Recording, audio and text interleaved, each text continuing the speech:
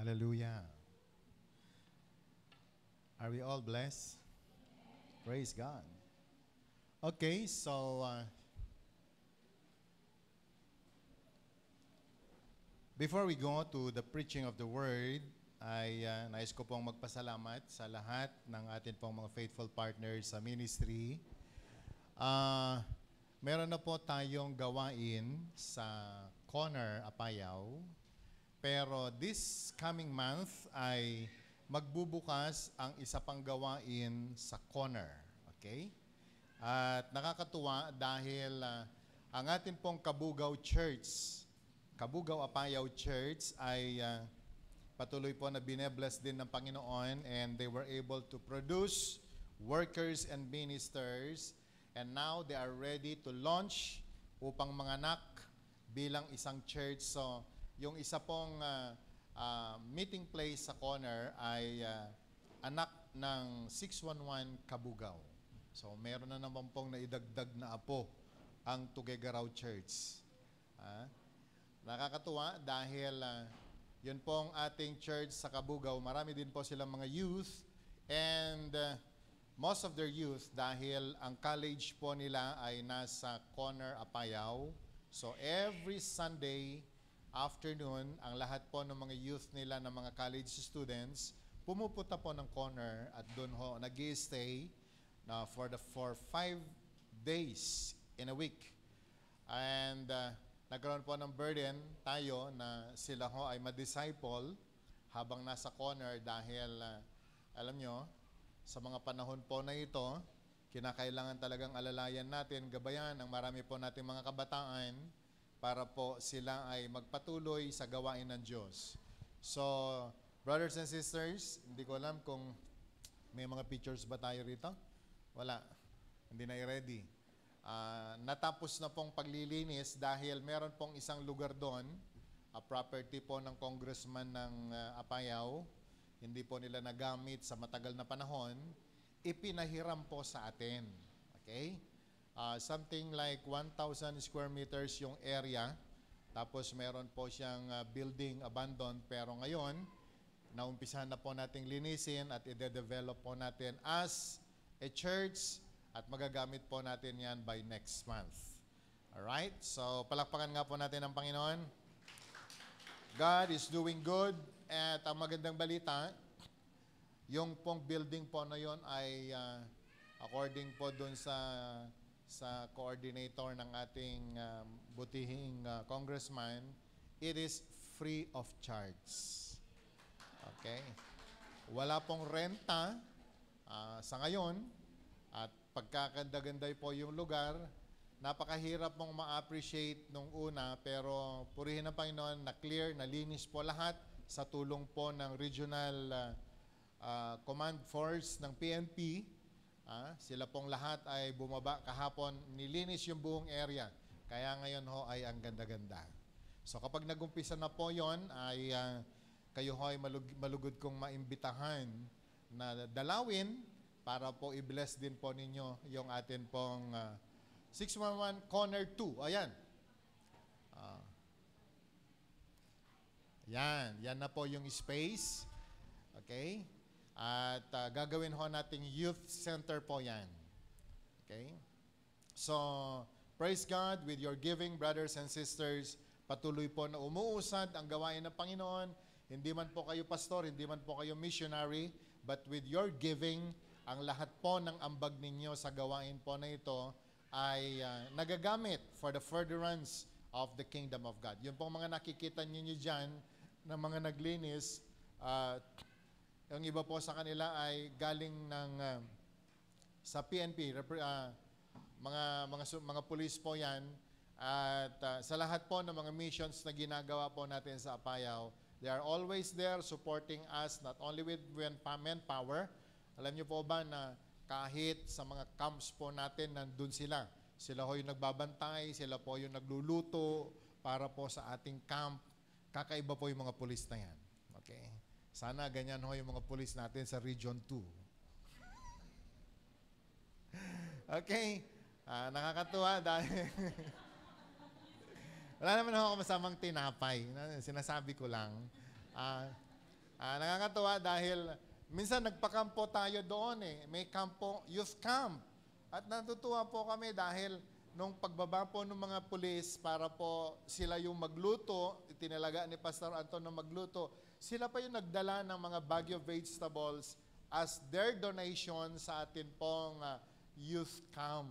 Diba? So makita po natin, kahit man po siguro hindi sila ganun ka-active in the church because they are always busy sa kanila pong mission works, yet sa mga panahon na kailangan po natin ang kanila pong tulong, nandun po sila.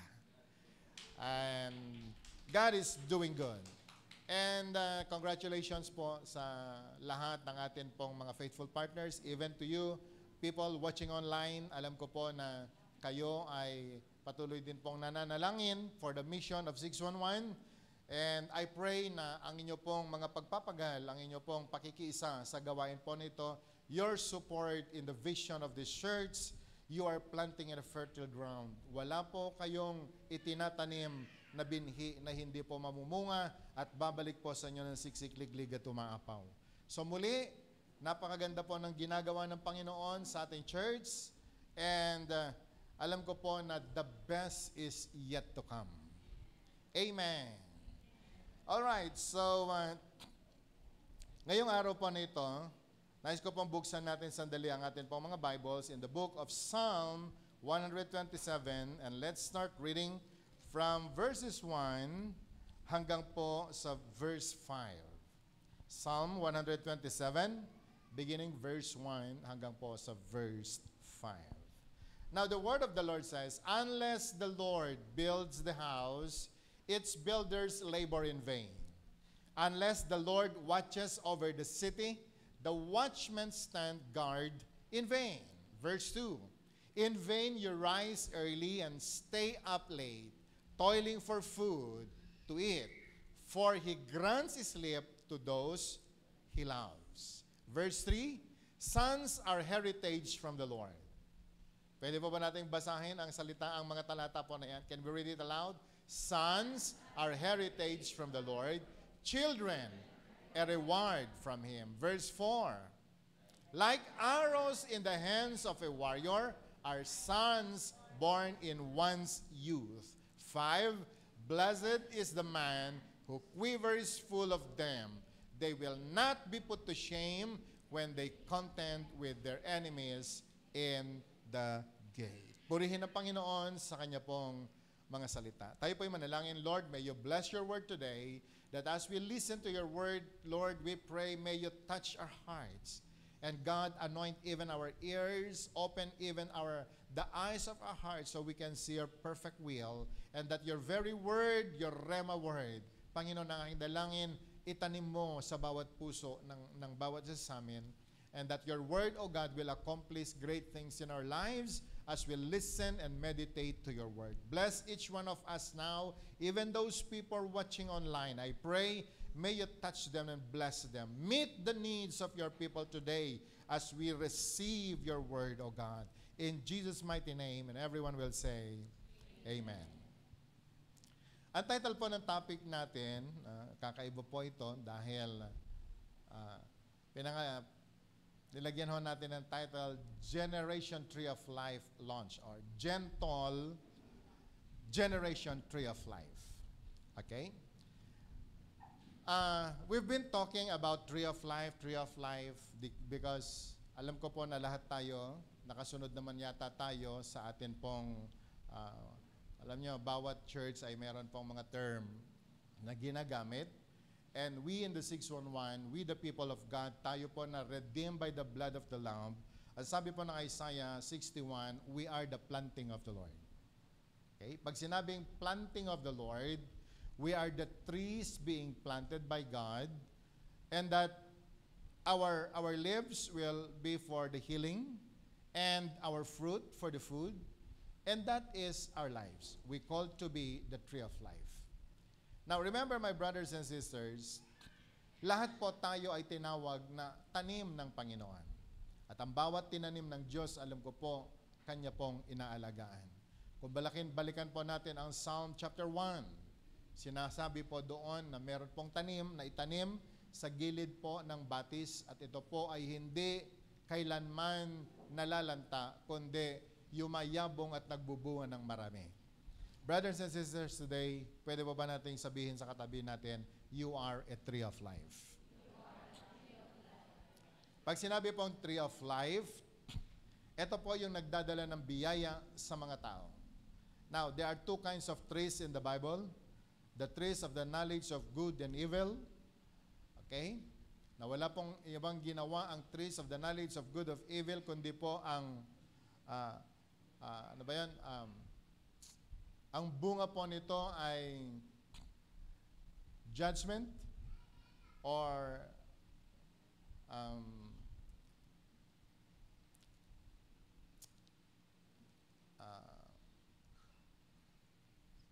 it will bring judgment to people dahil po sa kanyang pagiging legalistic.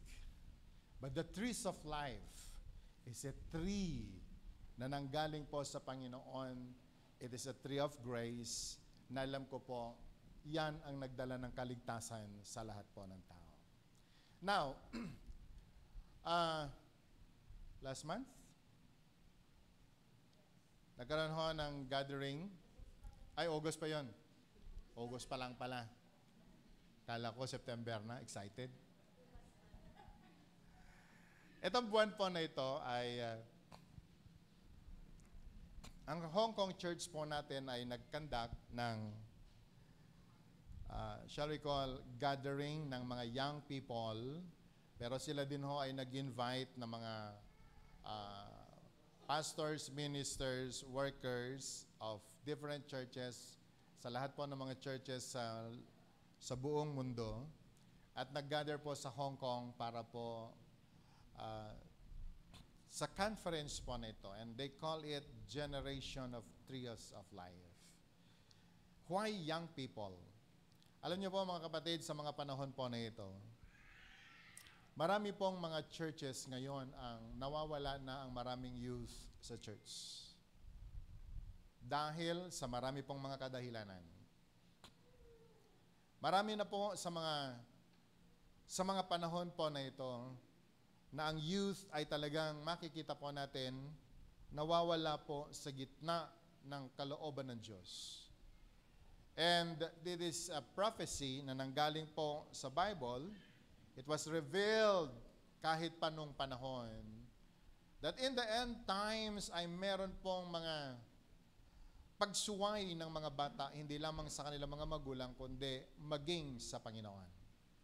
Perilous times kasama po sila.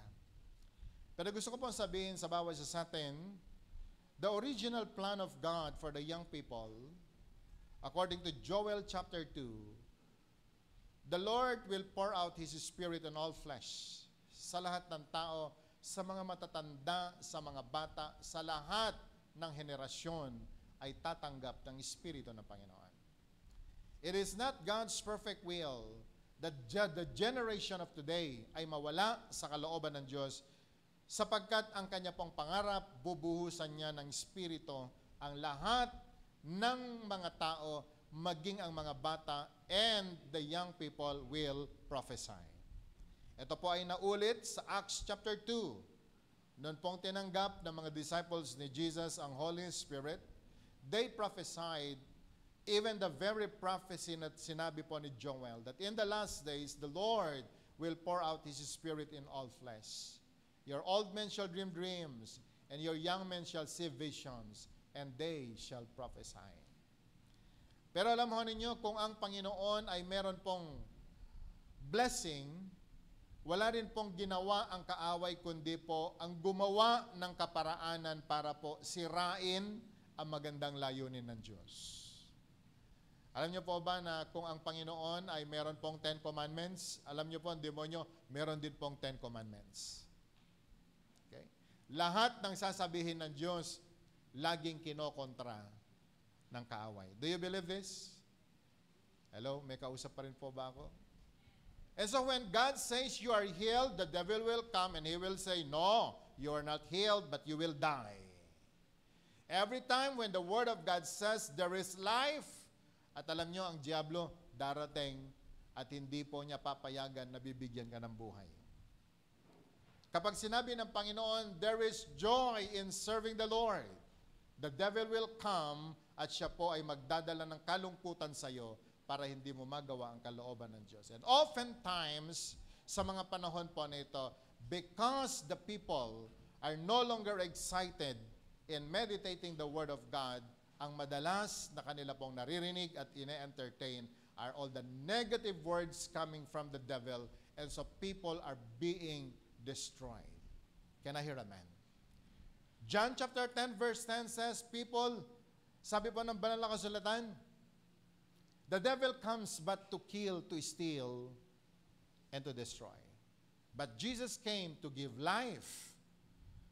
Kaya nga po, sa araw po nito, gusto ko pong maunawaan natin, yung gentle na ginawa sa Hong Kong, ito po ay pagpapakita. Sa kabila na ang demonyo ay very busy to destroy the young generation, ang church ay tumatayo para po ganapin ang kalooban ng ating pong Panginoon. Kung ang mundo ay very positive ngayon para po sirain ang mga niligtas ng Panginoon, the church, we are doing our best kung paano po natin i-disciple hanggang sa ang mga young people po natin, they will stand as warriors for our God. Are we all excited? And so our church, we are doing something very different. Hindi ho kailanman tayo mapapagod para po i-disciple ang mga young people natin because we believe mahal po ng Panginoon ang generation po na ito.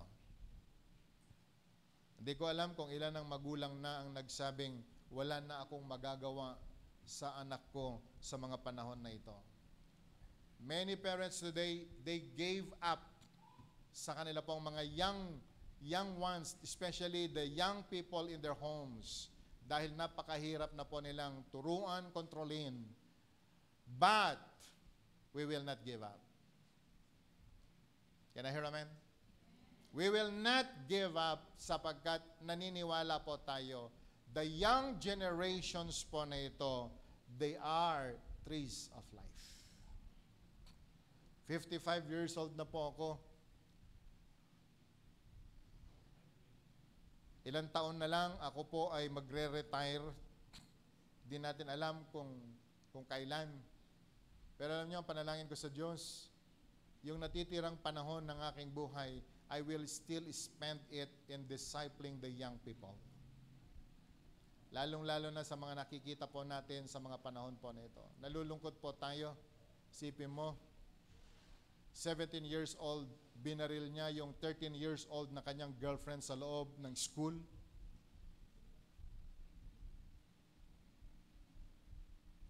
Makita ho natin yung balita, tumanggap lang ng failing grade yung isang bata. Anong ginawa niya sa teacher niya? Binaril niya.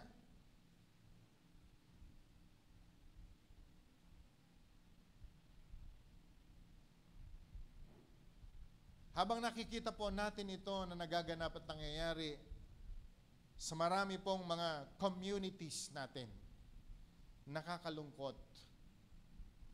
But you know, brothers and sisters, God's perfect will is for the church to rise. And this generation ay kinakailangan nating dalhin sa paanan ng Panginoon at maganap ang kalooban ng Diyos. So gusto ko ipakita some pictures na naganap sa Hong Kong during the Gentle Conference para po lamang mai-report po sa inyo mga kapatid.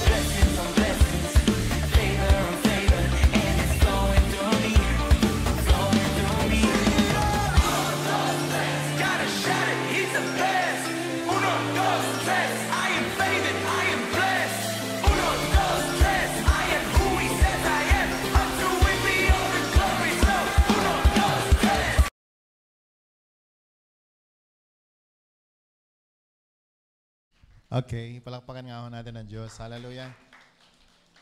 Nag-attend po si Dave tsaka si Miriam. Dapat ho sana nasa honeymoon po sila, pero masinuna po nila yung conference. At marami po tayong mga members from different churches ang nag-attend. Dahil biglaan po yung announcement, hindi na ho namin masyadong nai-advertise dahil of course, hindi ho ganun kadali mag-raise ng fund. Pero lahat po nung pumunta na yan ay they paid their own expenses. And so, ito po ang mainit na usapin ngayon sa 611. The Generation Trees of Life. Sa conference po na ito ay marami po sa mga young people, they were able to discover yun pong kanilang being. Dahil alam nyo, madalas na problema po ng tao sa mga panahon po na ito ay ang hirap po nating kilalanin ng atin pong mga sarili. And once we discovered who we are in the sight of God, at maging sa harapan po ng tao, that's the beginning of authenticity ng atin pong pagkatao. Can I hear amen? Sabihin nga po natin, being. Kung tatanungin ho natin ang bawat sa atin ngayon, sa palagay mo, ano ba ang being natin?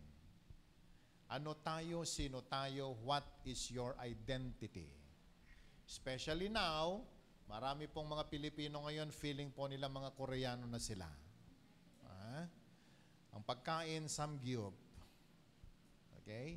Ang mga salita nila, at kung sila po'y humarap sa salamin, Koreanong-Koreano na po sila. Pero tanong, dahil sa hindi po natin alam ang atin pong tunay na pagkatao, we don't have our identity, nagkakaroon ho tayo ng crisis dito sa bagay po na ito. That's why we cannot give kung ano po yung dapat na ilabas natin sa sarili natin. Hindi natin alam ibigay kung ano ang meron tayo because we do not know kung sino tayo, kung ano meron tayo. Kaya nga ho, ang hirap maging productive ng marami. But today, my brothers and sisters, gusto ko pong umpisahan natin ang pag-aaral po na ito. Doon po sa Psalm 127. Ang Psalm 127, para po sa background ng bawat isa, para maintindihan po natin, ito po ay awit. Okay? In your Bible, kung nasusundan po ninyo sa inyo pong mga Bible, A Song of Ascent of Solomon. Ito po ay awit ng mga taga-Israel nung panahon ng giyera na sila po ay wala pong kapayapaan sapagkat kaliwa kanan halos lahat ng mga bayan na nakapalibot sa Israel ay kalaban po nila. Okay? During the time of David, hindi po siya makagawa ng kung anumang pagtatayo ng temple sapagkat panahon ng giyera. At sa kalagitnaan po ng giyera na kanila pong kinakaharap, kinakailangan pang umakyat sa Jerusalem para sumamba sa Diyos.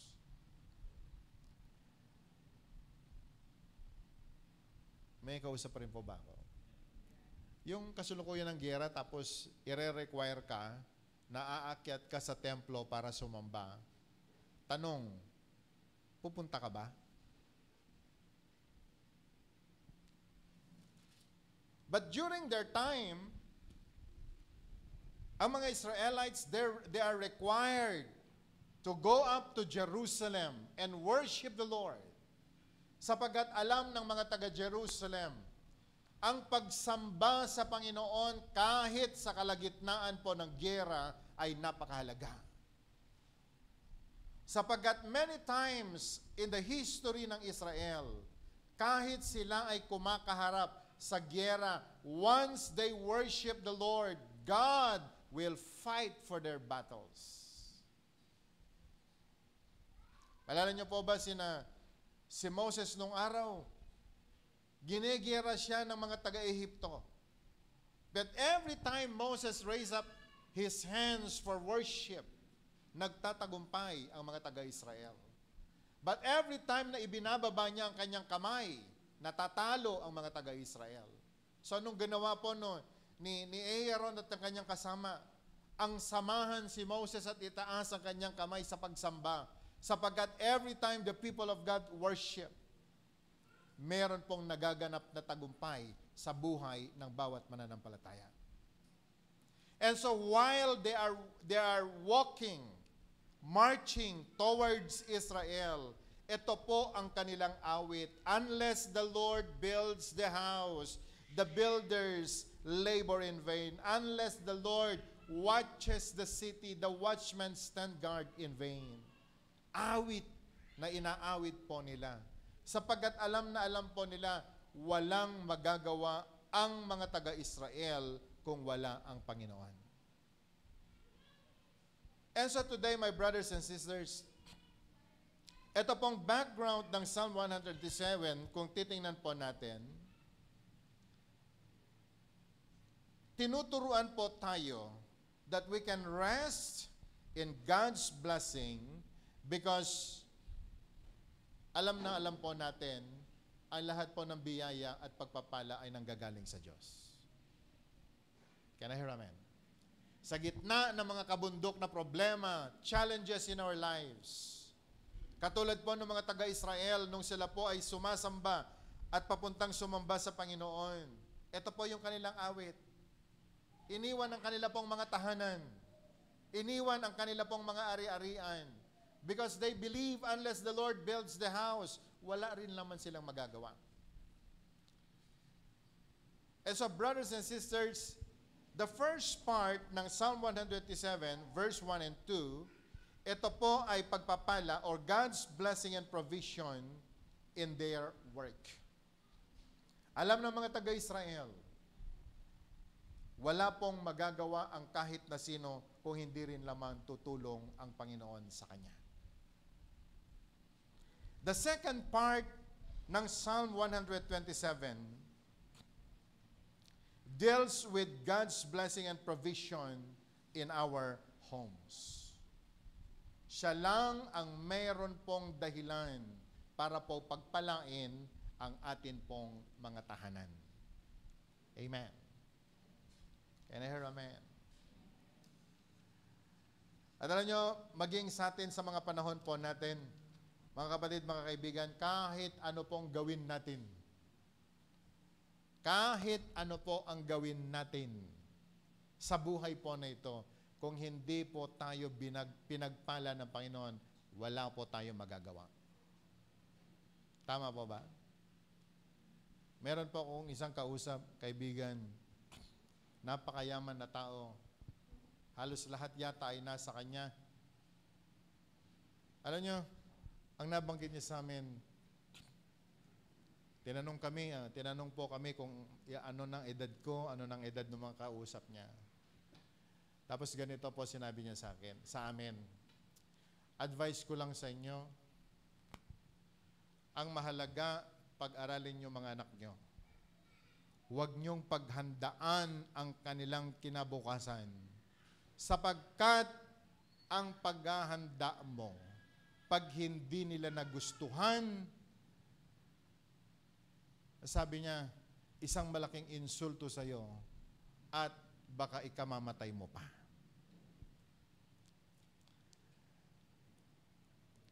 Patayo po siya na napakalaking building, hotel. Pero ni isa sa mga anak, walang gustong mag-manage. Bumili ng napakaraming lupa, pero walang gustong anak na magbungkal. Kapag makita po natin yung estado sa buhay, siguro mapapasana all po tayo. Pero alam nyo, meron po tayong natutunan. Kahit anong gawin natin, kapag ang Panginoon hindi po niya pinagpala ang tao, wala tayong magagawa. Naintindihan po ba natin? Kahit gwardyahan mo pa,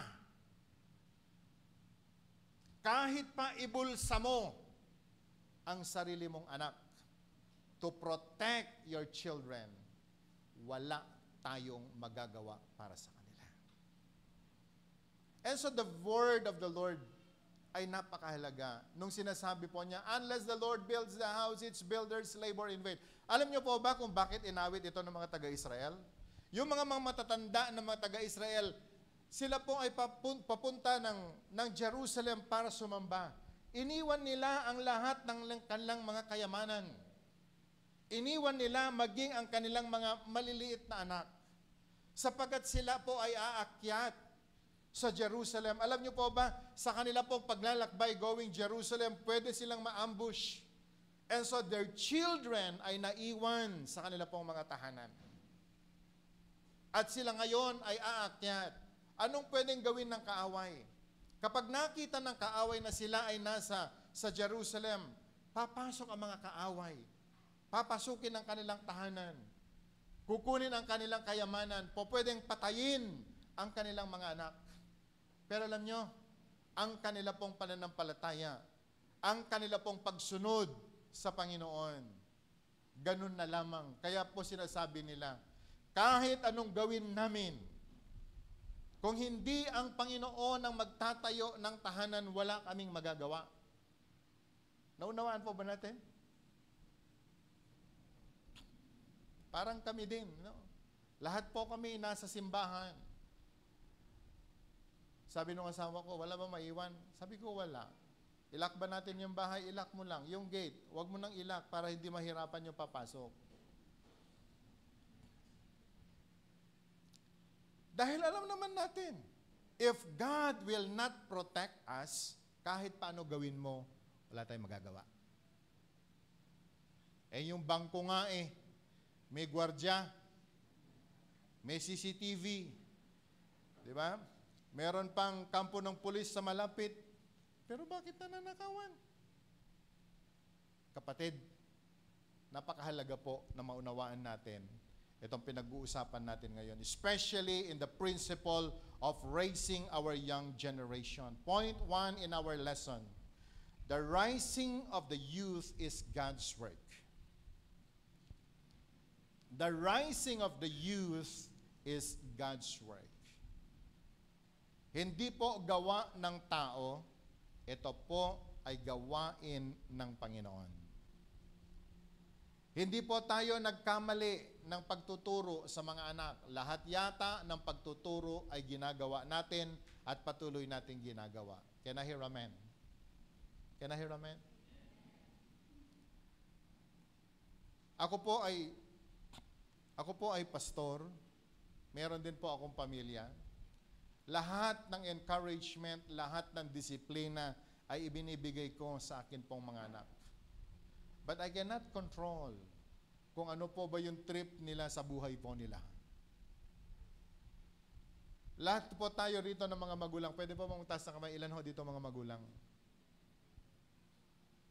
Minsan nasasaktan po tayo sa mga naririnig natin, lalong-lalo na kapag ka po yung mga anak natin ay medyo lumalabas sa gitna ng kalooban ng Diyos, nasasaktan po tayo.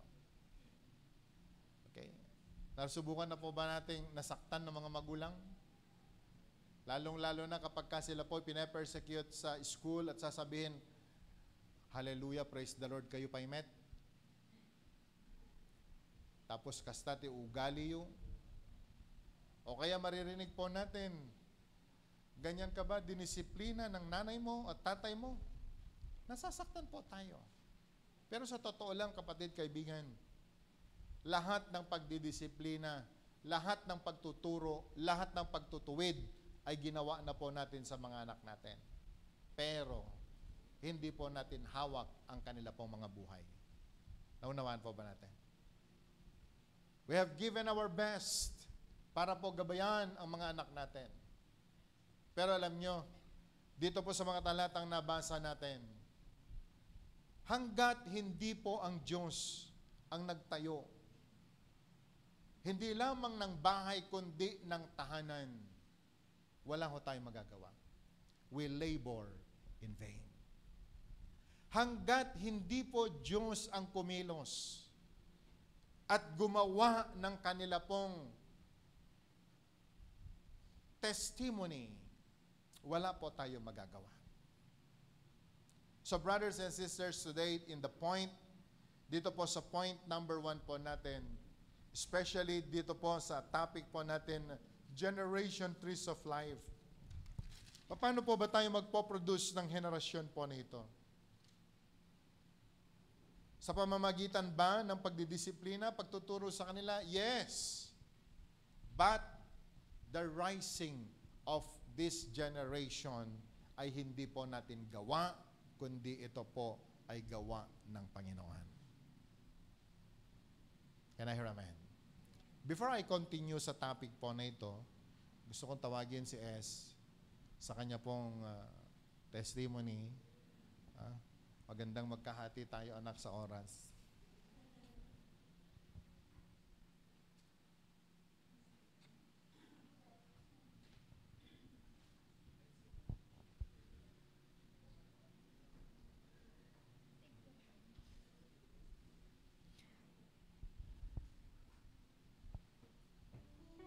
So, good morning, everyone. I just want to share my perspective before and after the Generation Trees of Life or Gentle gathering, especially as a pastor's kid. So, simula bata pa lang po, namulat na kami sa mga gawaing church. Gawaing bahay, gawaing church. We attend all church services and always present sa mga practice for service or kung may mga event man ng church. Kahit may mga school works, nagagawa ko pa rin mag-attend ng services. Minsan, mas gugustuhin ko pang mag-attend ng service kesa gumala. Kaya minsan, kabisado na rin ng mga kaibigan ko o mga kaklase ko noon na hindi nila ako mapapa-oo kung mag-iimbita silang mamasyal kung saan-saan. So, yun na po kasi ang naging buhay ko. Kumbaga, nasa daily routine or parang na-instill or parang yun na yung yun yung nakaprogram. Parang yun yung nakaprogram na sa akin. Yung pagiging church member and pastor's kid. Hindi ko rin naman masasabi na pressured ako noon as a pastor's kid kasi proud na proud pa nga ako. Growing up and sa school mula LM hanggang college po kasi, iba kasi yung effect ng pagiging pastor's kid. Nung sa akin yung sasabihin sa akin na bumabait daw sila kapag meron ako. At the same time naman, parang hirap akong magkaroon ng mga kaibigan kasi feeling nila, i-judge ko sila. Diba? Parang baliktad. Parang ako dapat yung natatakot na baka ma-judge ako dahil nga ako yung pastor's kid, gaya ng nabanggit ni Daddy. Pero baliktad po yung nangyari naman kitdi sa akin. So, ganun ang naging buhay ko. I enjoyed being in the ministries, sa music, dance, minsan pati sa media. Kasi noon po talaga, nung nag-aaral pa lang ako, kapag may absent, ako yung parang nagiging substitute. Substitute sa music, doon sa instruments, sa media. So, mabuti na lang at marami na rin tayo ngayong ngayon na nagsasalit-salitan sa ministries. And then, after few years, I got married and stayed in Isabela for 3 years. Since pandemic at kahit nasa Isabela na ako, we still made sure na nakakapunta pa rin kami every Sunday at kung anumang mga event ng church na pwede naming mapuntahan. So, di ba last Sunday, nag-share ako about how I felt when our daughter passed away. Pagkatapos po kasi noon, this year or the past few months, talagang hindi pa ako ready ulit mag-minister. Kasi nga, feeling ko,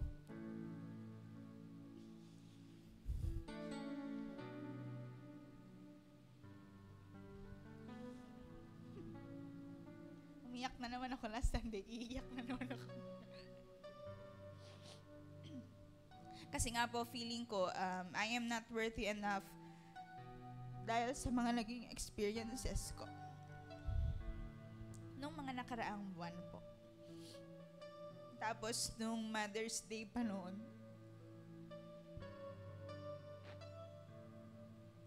saktong naka-duty po kasi si Phil.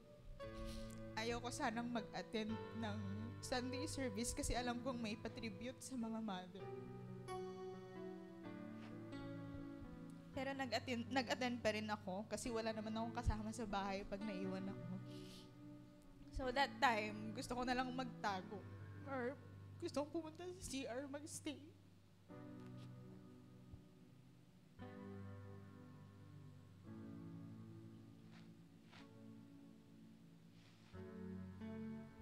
Tapos since wala naman na akong baby na alagaan, parang ngayon ko lang na-feel yung pressure as a pastor's kid. Habang tumatanda kasi, parang mas naririnig or nakikita mo na yung mga needs sa church, kung paano mag-win ng mga tao, kung paano makipagsalamuha sa mga nag-a-attend. Kasi honestly po, hindi ako mahusay makipaghalubilo. Unlike sa husband ko na magaling siya dyan. Pero since po nung nag-attend ako ng gentle gathering, dun ko na-realize or mas naintindihan yung role ko or yung being ko dito sa church. Na hindi lang ako makikilala or yung being ko na hindi lang ako makikilala or nakikita dito dahil sa pagiging pastor's kid ko. Na may mas malaki at marami pa akong pwedeng magawa at maitulong kina mami at daddy sa ministry. Na ang paggawa ko sa ministry ay hindi dapat yung paggawa ko sa ministry ay hindi dahil sa pastor's kid ako, pero ito yung dahil sa personal encounter ko with God. Kagaya ngayon, nasa children ministry na rin ako. Nadagdagan yarn. I mean, ngayon po kasi mas parang lumalabas na ako sa shell ko. Nakalabas naman na ako noon, pero lumipat sa mas malaking shell. Kasi di na ako kasha. Charot.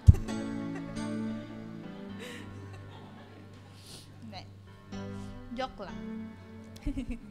And then, lalo pa akong na-inspire pang mag-minister nung narinig ko yung mga testimony and thoughts ng mga kabataan natin dito sa church. Last 2 Sundays po kasi nagkaroon ng meeting yung mga youth po. Na doon ko nakita na kakaiba rin po talaga ang generation nila ngayon compared sa generation namin or natin noon. Yung iba po kasi parang nami-misinterpret po nila yung mga ugali ng mga kabataan ngayon, pero syempre nasa kakaibang generation na rin and environment na rin po kasi tayo ngayon. And ayun nga po, nabilib po ako sa mga thoughts and mga thoughts ng mga kabataan natin ngayon. Kaya dapat mas maalagaan at ma-guide po sila. And syempre, I can only do that as I walk the path of the tree of life.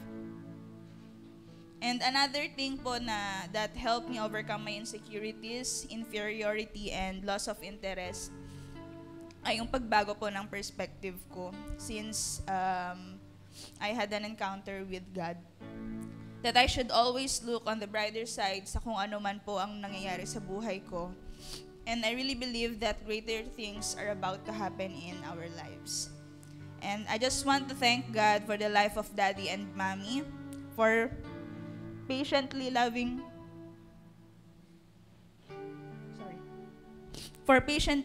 and guiding us until now that I have my own family. And I also want to thank God for healing and restoring me. Yan lang po.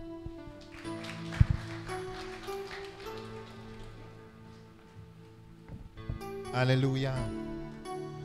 The rising of the youth is God's work. Si Ezra po kasi ay magaling magpatawa, magaling ho siyang magkwento sa few people, pero hindi mo siya po pwedeng patayuin.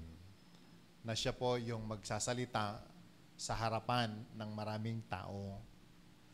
Matagal ko pong hinintay na mag-breakthrough si S.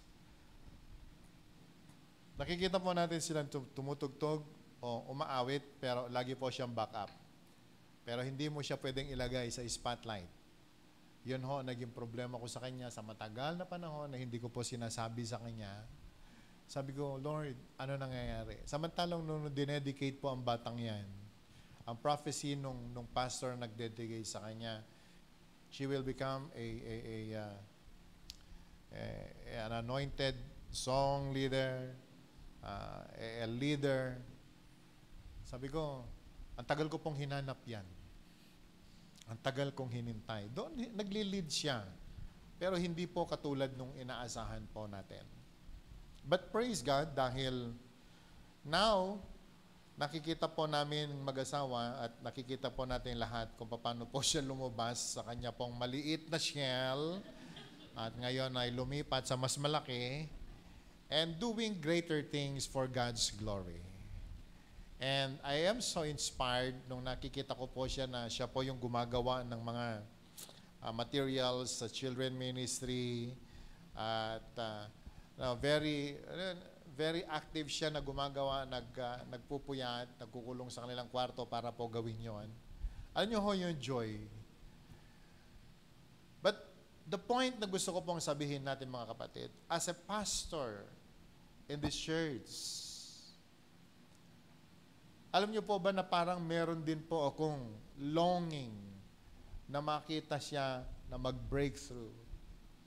Pero hindi po kami tumigil sa paggawa, pag-encourage, praying, motivating our child to break through.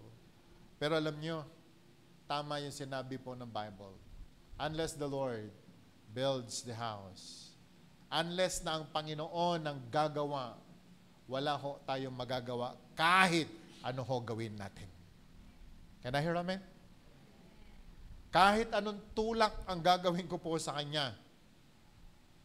Kaya ho, alam nyo, nung hindi na po namin siya tinulak, siya na po nagkusa. Leaving the shell, transferring to another shell, thank God for the gentle.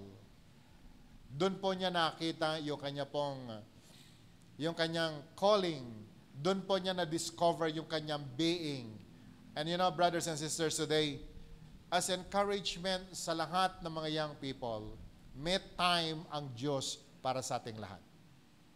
And for the parents, gusto ko pong sabihin sa ating lahat, patuloy po tayong manalangin sa Panginoon, tulungan ang atin pong mga anak. Darating ang time ng Diyos sa kanila. They will surely flourish. Because I believe the rising of the youth, hindi po gawa ng tao. Gawa po yan ng Panginoon. Dahil kahit ano po ang gagawin natin, sa totoo lang, wala ho tayong pwedeng maidagdag doon po sa sariling plano ng Panginoon. Siya lang ang may panahon, siya lang ang may karapatan, siya lang ang may kakayanan para po gawin ang lahat ng ito. And so today, my brothers and sisters, the rising of the youth is God's work. Ano po ang role natin? Ano ang pwede po natin gawin? Bilang mga magulang, bilang mga elders ng mga young generation sa mga panahon po na ito. To encourage our children, lumapit sa Panginoon. Let's do our best na dalhin pa rin natin sila sa Panginoon. Can I hear amen?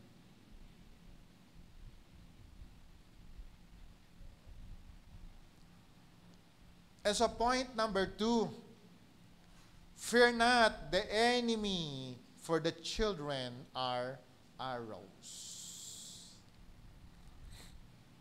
Now, pwede ba nating basahin, ilabas niya sandali, yung verse 3? Sons are a heritage from the Lord. Children, a reward from Him. Can we read it again? Sons are heritage from the Lord. Children are a reward. Verse 4, ano sabi ng Bible? Like arrows in the hands of a warrior are sons born in one's youth. Verse 5, blessed is the man whose quivers is full of them. They will not put to shame when they contend with their enemies in the gate. Awit ito, katulad ko po na nabanggit ko sa inyo, inaawit ng mga taga-Jerusalem, ng mga taga-Israel nung sila po ipapunta sa Jerusalem. At ano po sinasabi nila dun sa kanila pong mga naiwan na anak nila? Ang kanila pong sinasabi sa kanila pong awit, ang mga anak namin, pamana na galing sa Diyos. Heritage. Children are a heritage from the Lord. Offspring, a reward from Him. Okay? To overcome yung kanilang fear, ano kaya mangyayari sa mga anak namin na naiwan namin? Habang sila po ay paakyat papuntang Jerusalem. But they are singing this song na alam po nila ang mga anak, ang bawat supling ay pamana na galing sa Diyos. Hindi lamang pamana, kundi ang mga bata daw po ay reward ng Panginoon sa atin. Can I hear amen? Ilan ho dito mga magulang ulit, taas nga ng kamay? O yung mga anak daw po natin, pamana ng Diyos sa atin. Pamana na ibinigay ng Panginoon. Sa mga babae, it is a reward. Okay? It is a reward. The fruit of your womb is a reward. Alam niyo kung bakit reward? Sapagkat meron tayong ginawa. Merong nakita ang Diyos para sa atin. O meron po siyang nakita sa atin. Nakita niya po tayo na mga magulang. We are responsible parents. Nakita po niya yung pagpapagal natin ng mga magulang para sa ating mga anak. Lalo na yung mga nanay. Alam ko, hindi po madali maging nanay. Yung 9 months na bit-bit mo ang iyong anak sa iyong sinapupunan, I know it's not easy. Feel ko po yan. Ang hirap kaya magmaneho na ganito kalaki ang tiyan. Yung mga nanay na buntis, alam ko po kung gaano po sila kahirap papunta sa banyo, iniingatan ng bawat hakbang para hindi po sila madulas. Baka mamaya, madulas ka. Alam mo na meron pong disorder para sa magiging baby mo kapag nangyari yan. So parents, they are doing their best. And so children, binigyan po tayo ng mga anak bilang pamana at reward sa atin pong katapatan. Can I hear amen? Sa mga tatay, nakita din po ng Diyos sa atin yung sipag nating mag-ipon, magtrabaho para lamang masuportahan ng mga anak. Di po ba ni-reward ka ng anak? Kaya po ang mga anak, hindi po pasakit. Reward po ng Diyos sa atin yan. So sabihin nyo mamaya sa iyong mga anak, pag uwi po ninyo, anak, reward ka ng Panginoon sa akin.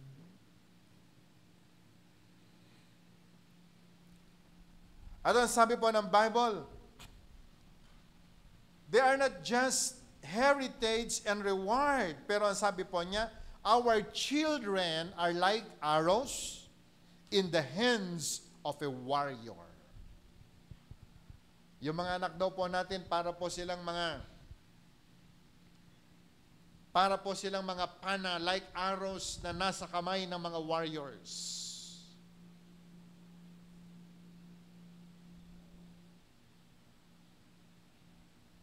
Like an arrow in the hands of a warrior are his children born in one's youth. Alam niyo kung bakit? Dahil kahit tayo ng mga magulang, nasa isang lugar lang, but with our children, malayo po ang mararating natin ng dahil sa kanila. Now, if these are arrows in our hands, alam niyo po ba ang mga warriors kung ano pong ginagawa nila sa kanilang mga arrow? inaalagaan, sinasharpen, tinitingnan po yung balance. Kung paano, kung gaano siya ka-effective na marating yung target na dapat niyang marating. And that's our role as parents. Are you with me? We are the warriors ng Panginoon. Tayo na mga magulang. At yun do po mga anak na ibinigay sa atin, they are the arrows na palili pa rin po natin to reach the target. And you know, brothers and sisters, this is the young generation, the generation trees of life na ipoproduce po natin.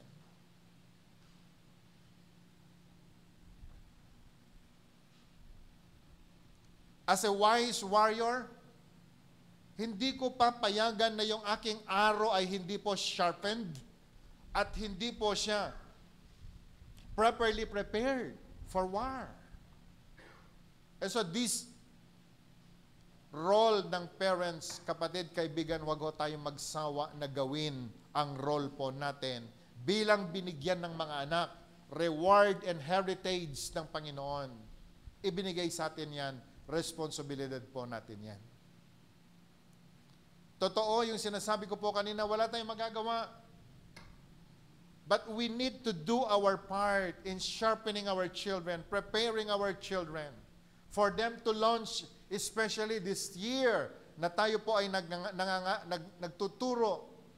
We receive a message that this 2025 is a year of launching. That our children will be launched. At tayo po ng mga magulang, meron po tayong role sa bagay po na yan. Can I hear amen? So kapatid, kaibigan, for us that we can produce generations of trees of life, ang church, we are doing our part. Alam niyo po ba na naghahanda po tayo ngayon na dito po sa church natin, we will make our church as a youth center. Kinausap ko po si Dave, paano natin gawan ng paraan ng ating internet connection ay maging sapat so that the young people can come, they can do their assignments here. Okay? Nag-invest po tayo ng mga indoor games. Nagsakripisyo tayong bumili ng mga pimpong ng kung ano-anong mga chess and Scrabble, whatever, because we really want to make this church as a launching pad for the young people na gawin kung ano po yung po pwede nilang gawin sa mga panahon po nila. And so I want to encourage, especially you parents, encourage your children. They need to cooperate doon po sa nais gawin ng Panginoon sa kanilang panahon, sa kanila pong generation. Lalong-lalo na sa mga panahon po na ito, madalas, the devil is working overtime to destroy our young people. Okay? Dami pong mga sabi-sabi ng mga young people, punta ako sa bahay ni ganito kasi may gagawin kaming assignments, kasi doon merong internet, pues dito may internet. Let your children come. Bring their friends. At dito po nila gawin. Alam niyo kung bakit? Because we want to help the parents monitor and see how your children doing. Dahil paglabas po nila sa tahanan, hindi na po natin sila nababantayan. Are you with me? Can I hear amen? Pansinin po natin. Ako po ay meron din pong alagang young man. And very different yung kanya pong yung spirit. At hindi po pwede na hindi po solusyonan dahil ang Panginoon merong paraan para po iayos ang generation po na ito. Are you with me? I hope makuha po natin yung taas para gawin po nating cinema kung kinakailangan. I hope na maintindihan po natin mga parents. Hantayo nga panuynuyan, dagiti anak tayo, iti madi nga aramid da, ta inton dumanon, nga hindi na po natin sila kayang turuan, mahirap na po silang turuan. Huwag nating hintayin na ang batas ang hahabol sa kanila. Hayaan po natin na ang Panginoon ngayon ang hahabol sa kanila. Maging captive sila sa katotohanan ng salita ng Panginoon. Can I hear amen?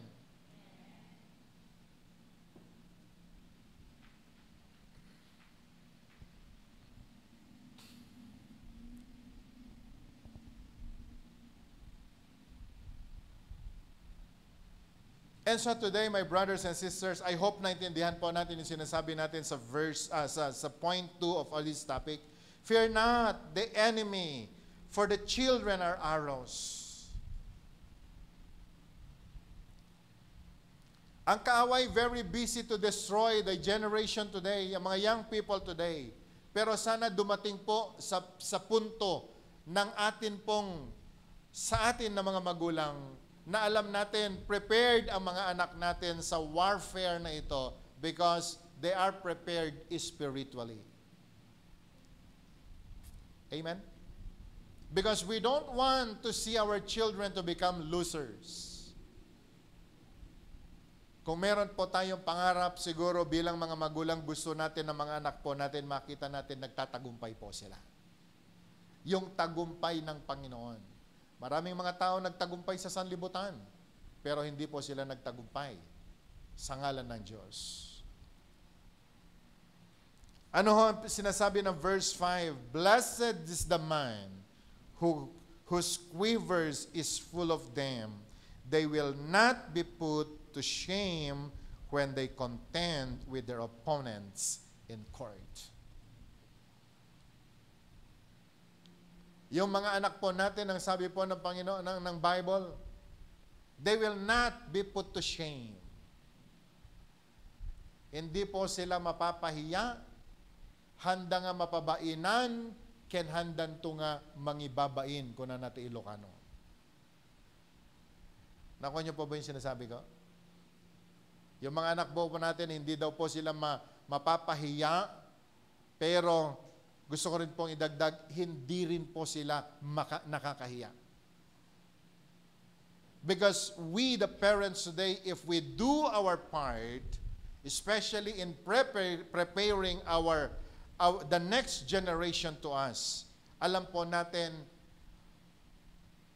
this generation will give glory to the Lord.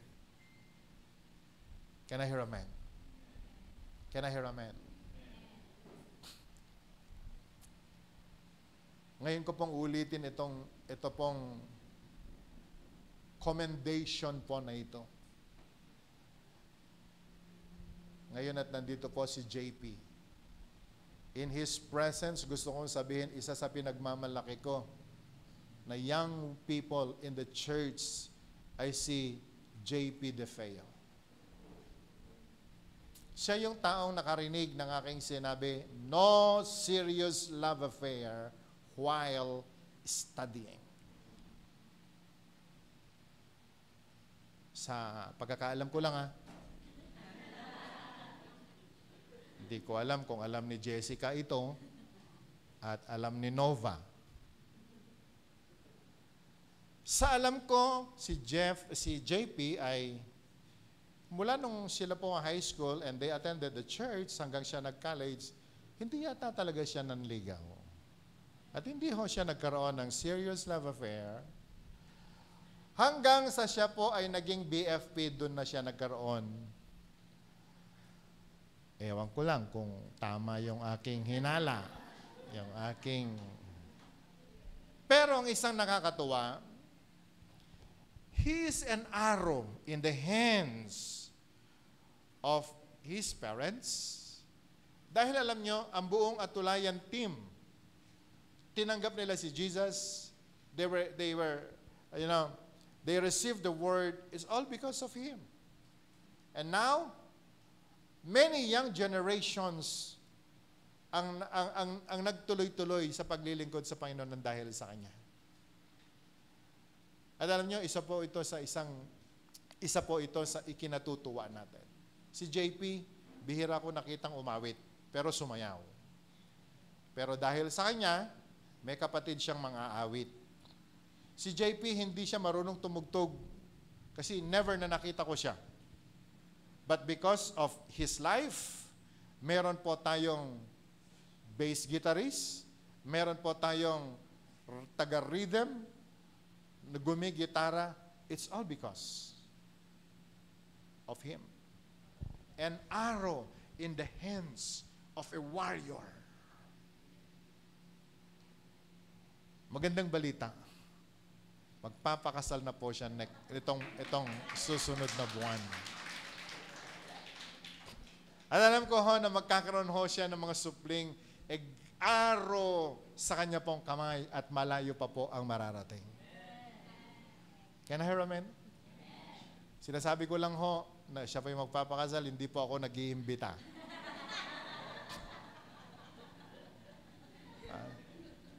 Pero kung gusto po ninyo mag-ambag, purihin ng Panginoon. Dahil sa totoo lang, people like him, isa pong glory in my part as a pastor. Alam niyo yun, yung if one person like him, ganon ang effect sa community. Kung lahat po tayo, ganito tayo, tumayo as representative of God in our generation, ako po'y naniniwala, malayo ang mararating ng 611 Church. Of course, marami po sa atin, may kanya-kanya po tayong kwento. Tulad po ni Miriam. Si Miriam may sariling kwento. Sa church siya yata ang pinakamaraming nakausap sa church. Dahil siya po yung madalas sumasagot sa ating FB. Basta parang yun ang pagkakilala ko sa'yo, hindi ba? Okay? And of course, many of us, meron tayong mga steps na ginawa na hindi po makakalimutan ng Panginoon. They are all recorded in heaven. And God will surely reward us for that. Pero isa lang po ang pakiusap ko sa mga panahon po na ito. Pwede po ba tayong magsama-sama to raise the young generations to become warriors for God, for God's glory? Our children, hindi po crime na pilitin sila na dalhin sa church every Sunday. That's not a crime. At gusto ko pong sabihin sa mga magulang, hindi po masama ang pagdidisiplina ng mga anak. Kung sinasabi po ng batas na ang paggalit o pagbibigay po ng disiplina sa mga anak ay isa pong crime not in the Bible. Bakit? Ang sabi po ng Bible, parents, train your child in the way they should go. Ano pa po sinabi niya? Do not spare a rod. Huwag ho nating spoilin. Kung kinakailangan kang mamalo, mamalo ka. Mamili ka, hanger ba o ano? Alam niyo, lahi namin nung araw, kami po nung araw, nakailang hanger kaya ako sa nanay ko. Tanungin mo nga yung katakabi mo, ikaw, nakailang hanger ka na? Nung araw, kapatid, ang hanger, wala pong plastic. Ang hanger nung panahon po namin, kahoy, na meron pong alambre sa loob. Yung mga bata ngayon, aambaan mo ng palo, 911.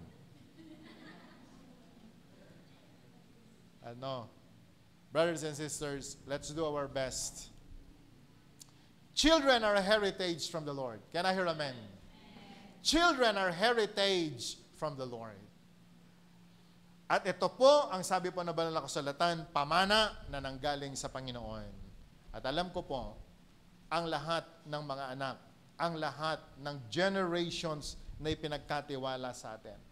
They are generations, arrows in the hands of a warrior, na kapag ito po, pinakawalan po natin, nilaunch po natin, malayo ang magagawa. They will become light wherever they go.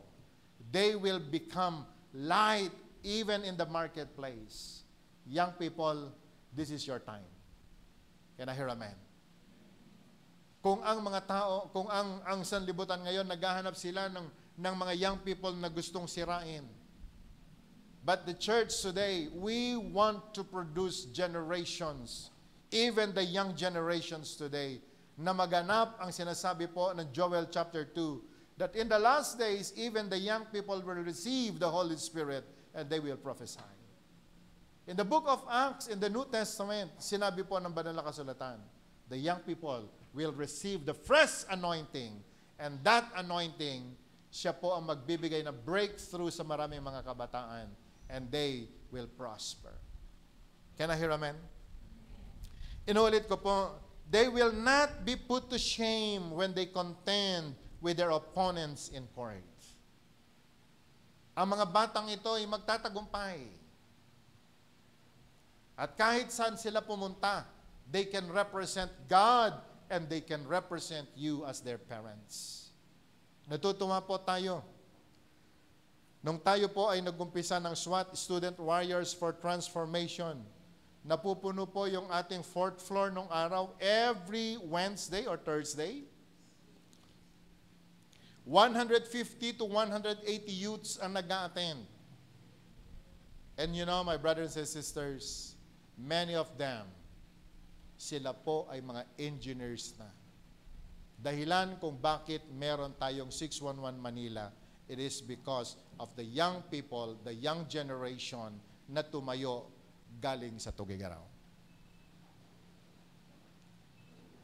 Ngayon, kapatid, kaibigan, marami pong mga young people na pinagkatiwala sa atin. Ilan ho mga magulang sa atin ngayon? Ako po'y naniniwala, pati yung mga pinagbubuntis ngayon, they are arrows in the hands of a warrior. Amen? Pwede ba nating sabihan yung mga kabataan sa tabi natin, you are an arrow in the hands of a warrior. Can I hear amen? Can I hear amen?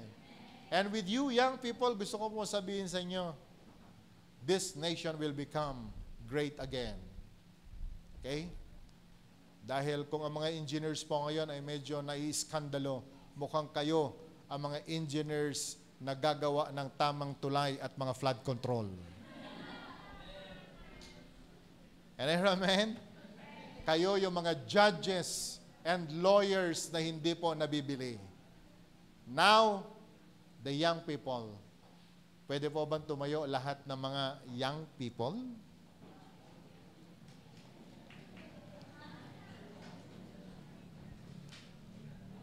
Okay? Sino yung pinakabata na young people? Even the children. Ilan mga children na nandito? Okay, lapit kayo dito. Meron ho tayong gagawin. Pwede ba tayong mag-form ng isang parang arrow? Okay, form an arrow. Alam niyo po ba yung arrow? Okay, go. One straight. Sige. Yeah. Come. Kasama ka. Sige, doon ang harap. Yun ang harap ng arrow. Tras ka konti, darling. Ikaw dito. Halika, bunso. Ikaw yung tip. Ikaw yung maliit eh. Okay, good. Alright. Siguro, halika anak. Yan. 2. Di. Urong ka darling. Sige. Para lahat ka. Okay, merong 2 and then 3, tapos sa likod.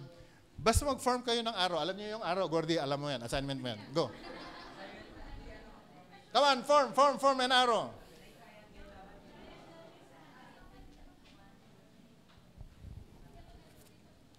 Praise God. Ano yan? Arrow.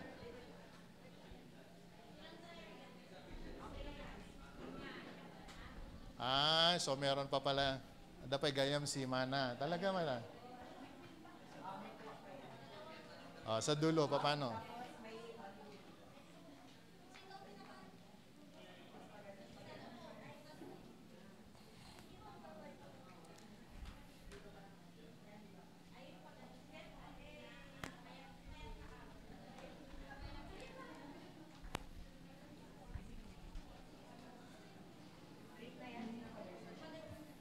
O, nasaan yung dulo niyan? Okay? Wow. O, yan ho yung araw ni Gordy. Pwede na yan? Okay? Now, young people, pwede bang humarap kayo sandali sa akin? Naintindihan natin yung pinag-uusapan natin? Now you are the arrow in the hands of an armor. In the hands of a warrior. And you know, you are representing your own family. Your parents, ang sabi po ng Bible, you are a reward. Regalo kayo ng Panginoon sa kanila. At hindi lamang kayo regalo, pamana kayo ng Diyos sa mga magulang ninyo. But even in the church, kayo ay regalo sa church na ito. At kami po ay bilang manggagawa ng Panginoon, umaasa kami sa inyong lahat. Ilang panahon na lang ang itatagal namin sa mundong ibabaw. Who will be the next pastor? Who will be the next na gagawa ng mga bagay para sa Panginoon? Ang mga parents ninyo, ganun din. Sino ang magtatayo? Okay? Sino ang tatayo in behalf of your family, of your clan? Kung hindi ninyo gagawin ang part ninyo ngayon. And so today, ang pagtayo natin ngayon sa harapan ng Panginoon, making this form an arrow, ay pagtanggap na tayo, meron tayong calling. Can I hear amen? And your calling, kinakailangang makuha natin yung target. Magawa natin yung perfect will ng atin pong Panginoon. Okay? And I do believe, kapag lahat po tayo, inilagay natin sa isip at sa puso natin ang bagay po na ito, we can bring greater glory sa atin pong Panginoon. May I request everyone to please rise? Pwede po bang lahat ng mga nakauna sa upuan ay tumayo po tayong lahat at tayo po'y mananalangin sa Panginoon. Hallelujah. Thank you, Jesus. Pwede natin awitin yung worship kanina. Praise God. Today, Lord, we are standing before you. With your Spirit, O God, in our midst, gagawin namin, Panginoon, ang prophetic gesture po na ito. Ang gawin, ang kalooban mo, especially for the young generation. The arrows na sinabi mo, Panginoon, in the hands of a warrior. We, the older ones, alam namin, Panginoon, kami, itanayo mo as warriors for your glory. But the young people, these young ones, sila, Panginoon, yung mga arrows na pinagkatiwala mo sa amin. So today, Lord, as we worship you, God, come, take your place.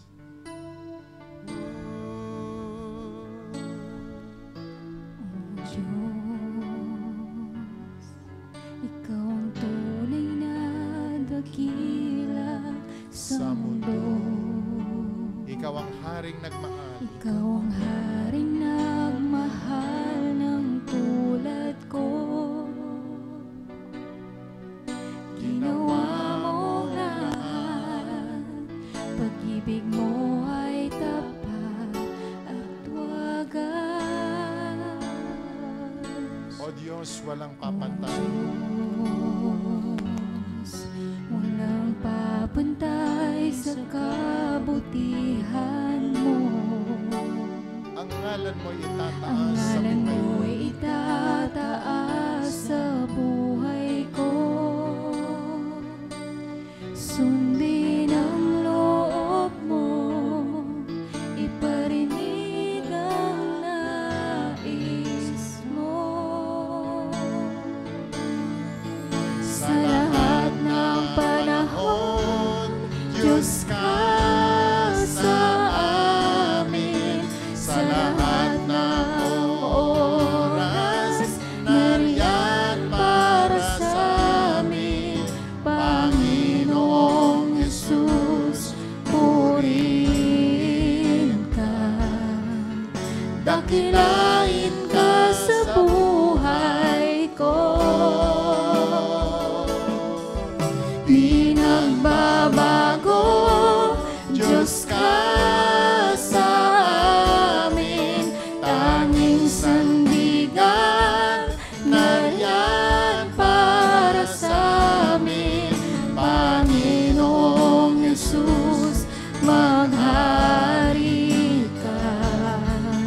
magliwanag ka sa buhay ko. Sa lahat ng Sa panahon, lahat ng panahon, Diyos ka sa Diyos amin. ka sa Sa amin. lahat Sa ng lahat oras, ng oras, nariyan para sa amin. Panginoong Jesus, purihin ka. dakilain ka sa buhay ko. Di nagbabago, Di nagbabago, Diyos ka Diyos sa ka amin. sa amin. Tanging sandigan, nariyan para sa amin. Panginoong Jesus, maghari ka. Magliwanag ka sa buhay ko.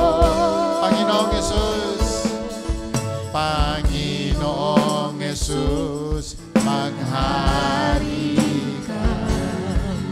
Magliwanag ka sa buhay ko. Pwede po ba natin sabihin ulit, Panginoong Jesus, Panginoong Jesus, maghari ka.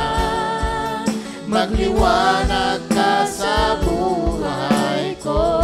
Panginoong Jesus, Panginoong Jesus, Maghari ka, magliwanag ka sa buhay ko. Ngayon kapatid, pwede po ba lahat ng mga kabataan humarap tayo sa bandaroon? And now church, I want you to listen very carefully. This is the very arrow na ipinagkatiwala ng Panginoon sa atin. Parents, can we just stretch forth our hands to these young people? Today, I want you to speak and say your own prayers. Can you bless them? Everyone, I want you to pray your own prayer. Speak your blessing to them. These are the reward. These are the heritage na ibinigay ng Panginoon sa'yo bilang magulang. And now, church, hallelujah. Speak the blessing now. Oh God, we speak blessing for these young people. Lord, let your salvation be upon them. Let your power, let your grace, and even your anointing, oh God, to be upon these young people. And today, oh God, we believe they are arrows in our hands. At Panginoon, alam namin, O Diyos, malayo ang mararating nila ng dahil sa amin. Today, O God, we are making this covenant. Lord, habang kami ay may lakas, habang kami, Panginoon, ay may magagawa, we will be part, Panginoon, sa buhay ng mga young people po na ito.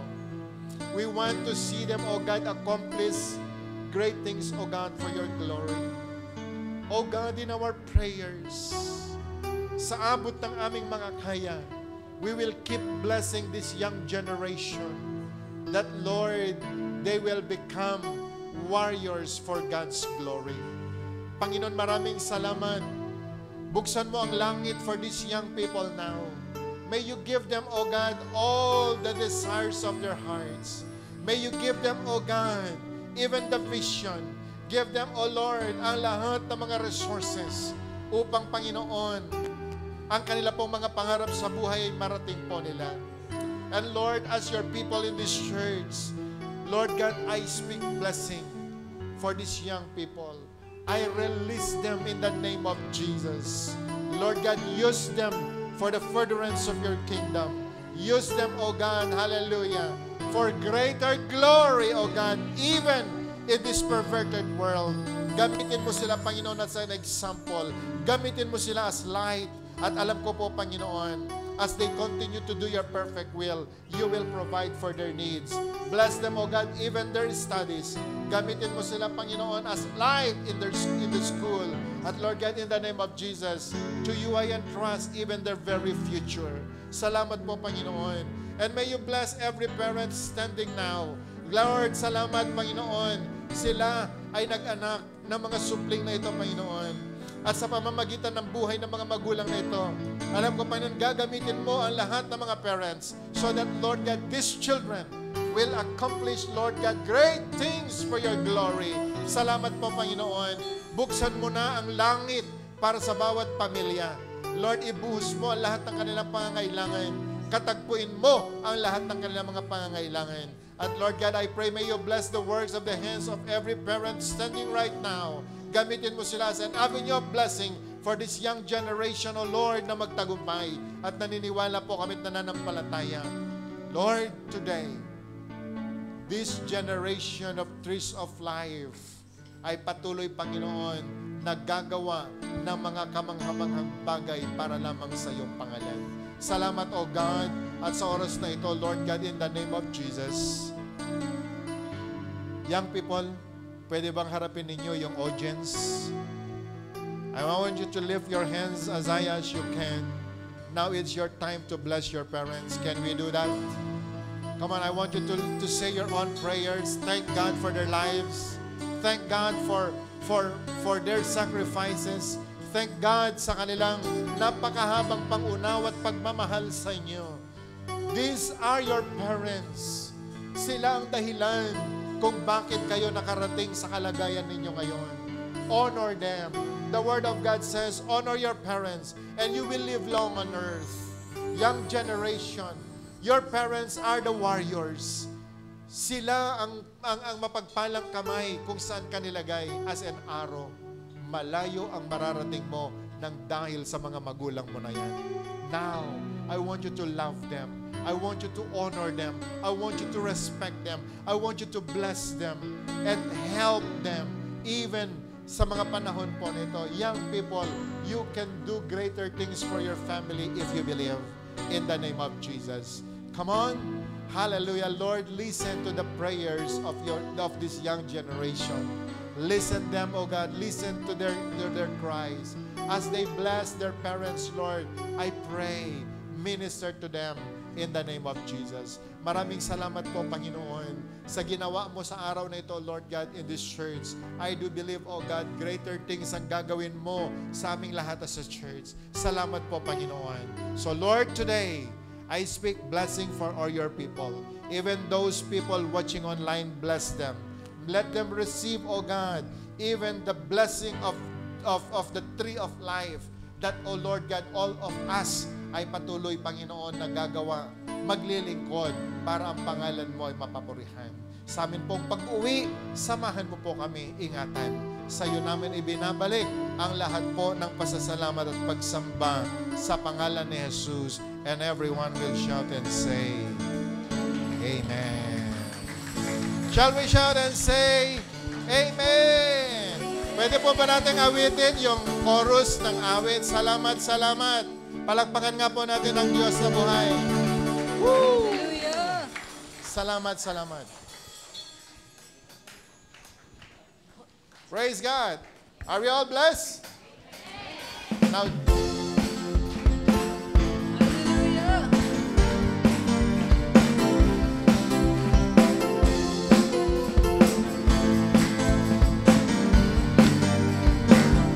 Sabay-sabay! Salamat, salamat, O Jesus, sa pag-ibig mo. Walang ibang nagmahal, walang ibang nagmahal sa akin na katulad mo. Salamat, salamat, salamat, O Jesus, sa pag-ibig mo. Ako'y nagsasaya sa piling mo. Salamat, salamat, O Jesus, sa pag-ibig mo. Walang ibang nagmahal sa akin ng katulad mo. Salamat, salamat, salamat, O Jesus, sa pag-ibig mo. Ako'y magsasaya sa piling mo. Ako'y magsasaya sa piling mo. Ako'y magsasaya sa piling mo. yes. ako'y Quezon. magsasaya. See you on Sunday.